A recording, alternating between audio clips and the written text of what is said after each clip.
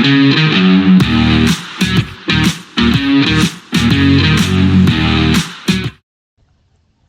welcome back to the Supercoach Knife channel. In this video we're going to review week 7 of the 2024 NFL Dream Team season. I guess another okay week for us, nothing too fantastic. A 437 looks good on paper, but was only top 36% of the round. But it was a green arrow for us and got us into the top 50%, which I guess is progress the way we've been going.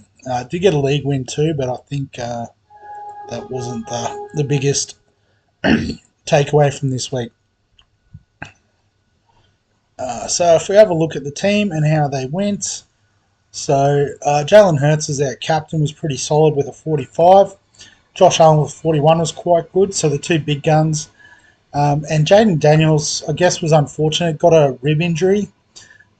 So I guess we were looking at cashing him out this week, and that injury has probably just solidified that trade. At running back, Derrick Henry, Saquon Barkley, and Bijan quite good with 40s. Saquon with a 50. Alvin Kamara is our VC though, flopped, and I guess he has really sort of slid back from his fantastic start. You can see 86 in week 2 was probably a bit of a blowout. But even to 42 in week 4, and then he's gone 19, 29, and 10. Excuse me. So he's losing value, but at the same time, I don't know if we necessarily need to panic trade on Alvin Kamara. On our bench, Tank Bigsby had another massive game. I'm pretty sure he got 2 touchdowns, which contributed to his 47. Does have a break even of 16, so a pretty interesting one. You know, do you hold for one more week in hopes you'll make a bit more cash, or do you take the 8 mil if you trade him in at bottom dollar and upgrade to another option? Bucky Irving with 29 was solid. Be interesting to see with the injuries to Evans and Godwin. Whether I guess they go to a more run-heavy offense, given that their wide receiver core will be quite thin. Excuse me. Speaking of which, we do have Godwin. So out for the season with his injury. Did manage to get us 20 points late in the game. So I guess another one we're sort of forced to trade. You know, potentially could hold Daniels, but we do want to access that cash. Justin Jefferson, solid as ever, 35. Garrett Wilson was probably one we were looking at trading this week, given that Devontae Adams has moved to the Jets, but still scored a 21. Break even is pushing up towards his average of 24. So I mean we could use a boost, but I guess if we want to cash out Daniels, cash out Bigsby, upgrade Godwin, upgrade Wilson. We are running out of trades. Excuse me. Neighbours with the 12 was okay. He's back, so that's fine. Cooper Kupp, we were hoping would come back, but looks like they're going to hold him till Thursday night's game. So unfortunately, we didn't get any score from him. Meant we would have got Lad McConkey's 14. And I guess shout out to Lad. He got me a win in my draft league as well. Having to basically plug him in for Cup as well. Xavier Worthy with a 7 didn't quite go off like we wanted to, but we know it's a bit hit and miss. And Schuster was apparently started, but is listed as DNP here, so I guess that's good news for us in the sense of his cash isn't affected, his break even isn't affected. So assuming he's back this week, well, I think I saw a report saying he's probably out this week as well, so probably back next week. But at his price point, we're not too stressed.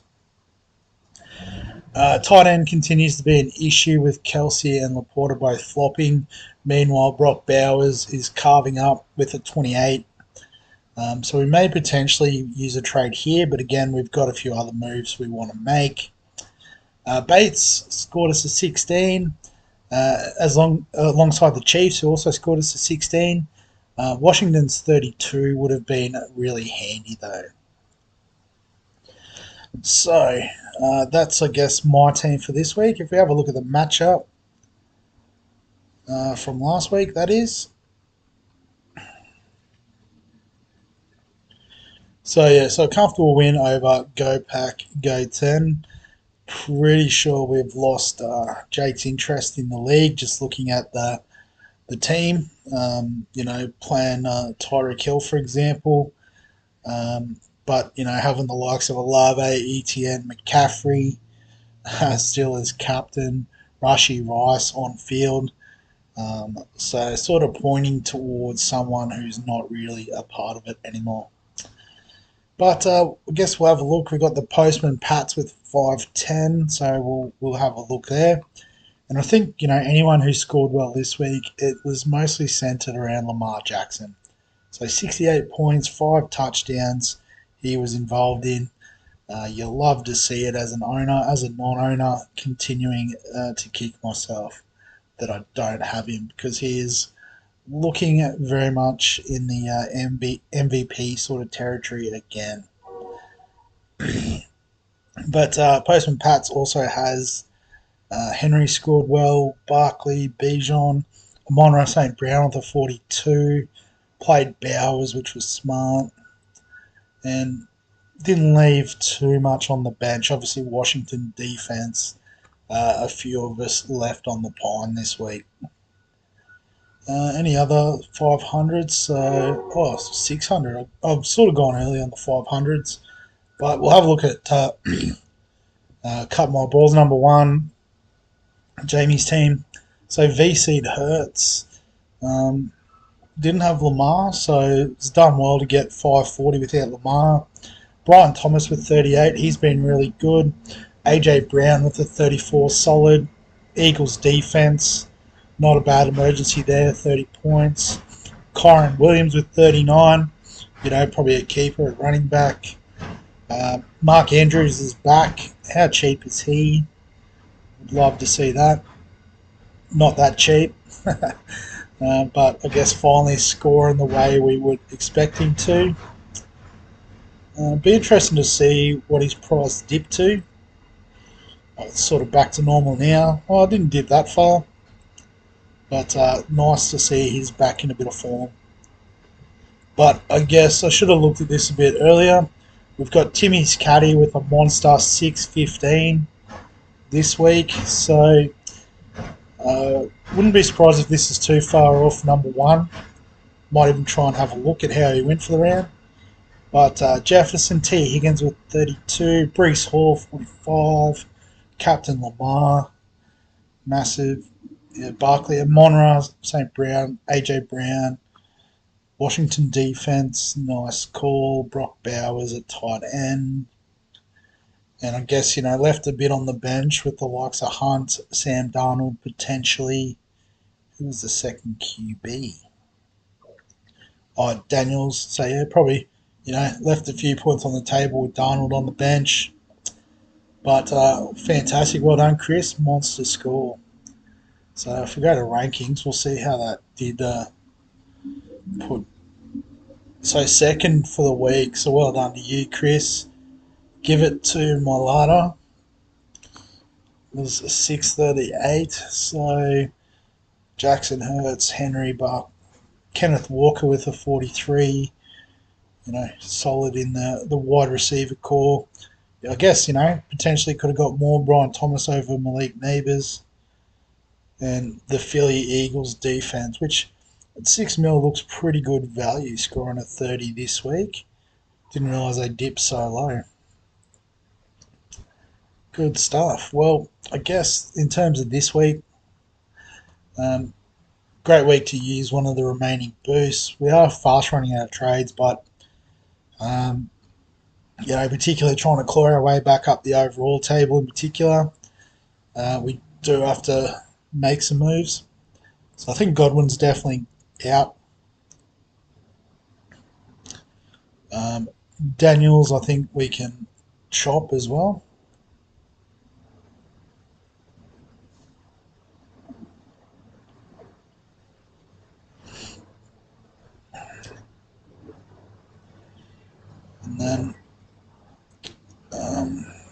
let's go by break even. Mostly looking for a cheap QB.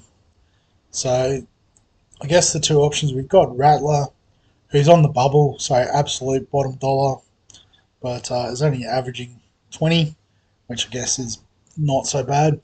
But the other option is Drake May, who actually looks kind of decent. He has made a couple of mil already, but with a negative 42 has a lot more potential.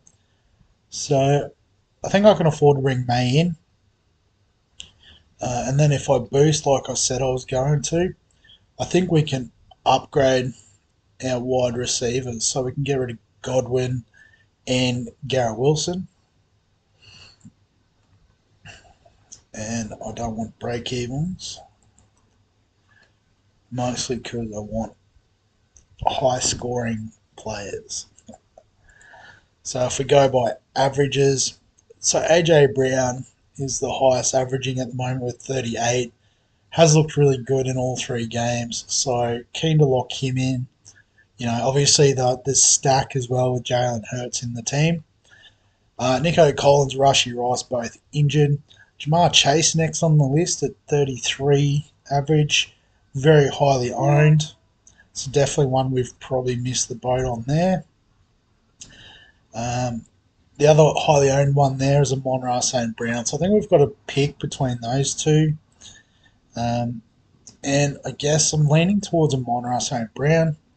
Not that I think Jamar Chase is a bad pick, just that I like the sort of the fact that St. Brown is a focal point of the attack there at the Lions. Whereas I guess with Jamar Chase, he is the number one receiver, but they do have T. Higgins there as well as a very viable option. So potentially next week it could be upgrading. Maybe even a McConkey could get close to it. Upgrade him to Chase, and then we have a pretty sweet wide receiver core. We have money we can access through Bigsby as well, so I think a move like that is definitely a go for next week. Actually, before I commit to those trades, might just have a look at a few other break evens. So on the low end, Sean Tucker, the running back from Tampa Bay, didn't do much this week, so probably only 1 week of nice break even. Caleb Williams still has a nice break even, but probably miss the boat on him if you've got him, or like me, you were silly enough to trade him out.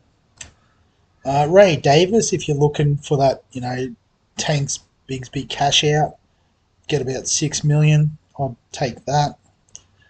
The Bengals defense super cheap, and I guess nice break even, so could make some money. Although against Philadelphia, I've got Hurts, AJ Brown, Saquon.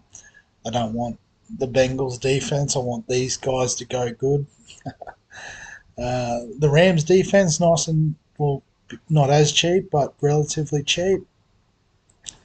Kareem Hunt's been a good one for anyone who got on him. Still has a bit of money making potential, but it is more of a stepping stone to end a season keeper. Bub Means, guess bottom dollar wide receiver option. Depends on how long Olave's out, but Shaheed's done for the year. Could be a bit of value there. Couple of DNP, so we won't worry about them. Bucky Irving, I don't know, maybe not too late to get on, but I'd rather, who was it again? I forgot, Ray Davis at the price. Johnny Smith's an interesting one. Killed it this week, but with Tua back, you'd imagine that Tyreek, Jalen Waddle will start to feature a bit more in the attack. Kamani Vidal, I guess, on the bubble this week. Don't hate him as an option. Obviously, a 4 means that he's not going to make a lot of quick cash, but, definitely one who is getting more involved. After that, Breece Hall's probably as cheap as he's going to be with a -6 if you like him. And I guess, the change of coaching and that might sort of mean he becomes the main man once again, not so much sharing with Braylon Allen. Um, After that, yeah, you can go a bit out there if you want. I think Joe Mixon's an interesting one as a point of difference keeper. Looked really good on the weekend. Tyrone Tracy, probably, that awkward price, but, does look like he's getting some good reps there at the Giants. Um, Tipton, again, another one who could benefit from the Shaheed injury. I guess the only other one that probably hasn't come up is looking at Tampa Bay wide receiver options. With, as we said, Godwin out for the year, Evans also injuring his hamstring, so I guess that will keep him out for a while. But looks like potentially Trey Palmer could be the biggest beneficiary there. Break even of 4. Sterling Shepard was fairly involved as well, so maybe he sees some more action.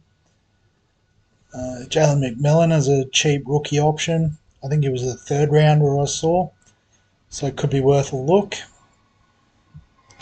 But I guess the thing is, when you look at these receivers, is they're going from being a wide receiver 3 at best to being wide receiver 1. So the defensive coverage on them will become a lot tighter. And obviously, if they were good enough, they'd probably be wide receiver 1 to begin with. So um, let's lock in the trades now. We'll set the team up and we'll wrap the video. So waiting for it to complete. So I guess it makes it easy now. We're happy to park May, Hurts and Allen, easy starters. Running backs not going to change. Bigsby's going all right, but we've got the 4 keepers there. Wide receivers, I guess McConkey against New Orleans. Don't know if that's the strongest matchup. Worthy has got Vegas, so probably happy to have the punt on him again. So I think I'll leave the team as is. We are expecting Cup to come back. And I was going to look at him as VC, but I just realised they're playing the Vikings, so Justin Jefferson is VC. Yeah, happy with that. I think we've got to play Bowers. And I think on what we've seen, we're going to bench Laporta. Just struggling to get involved at the moment. Kelsey, we know that combination with Mahomes over the years, whereas I guess with Laporta, we are basing it off 12 months of work, basically. Not to say that he can't do it, which is why we're not trading him out, but Bowers has earned his shot in the team. Again, kickers, defense, we might leave as is. Detroit got a favourable matchup, I would have thought, against Tennessee. Whereas the Rams and the Vikings, could go either way, but we'll just go with Bates. Kansas City against Vegas, I think, is a nice matchup. Washington against Chicago could be a high-scoring affair, so not backing Washington to score 32 this week, but as always, happy to be proven wrong. So captaincy, I guess, is the only other thing. We've locked in Jefferson as the BC. Thursday night football. We've got Buffalo against Seattle at Seattle. Or Philadelphia versus Cincinnati at Cincinnati. Can we potentially look elsewhere? Looking at it, not really. Barclay, AJ Brown, obviously in the same boat. Derrick Henry against Cleveland. Not sure on the strength of the Browns' defense. I know their offense is going to be pretty ordinary with, I guess it was ordinary with Deshaun Watson, let's be honest, but now no Deshaun Watson. Yeah, might just stick with my guy, Jalen Hurts. Hope he has a big one against Cincinnati. Would be nice. So there's the team going into week 8. As always, if you've got any questions, comments, thoughts, feel free to add them below this video. Give us a like if you enjoy the NFL content. Subscribe to all the fantasy sports content on the channel. And other than that, we'll catch you in the next one.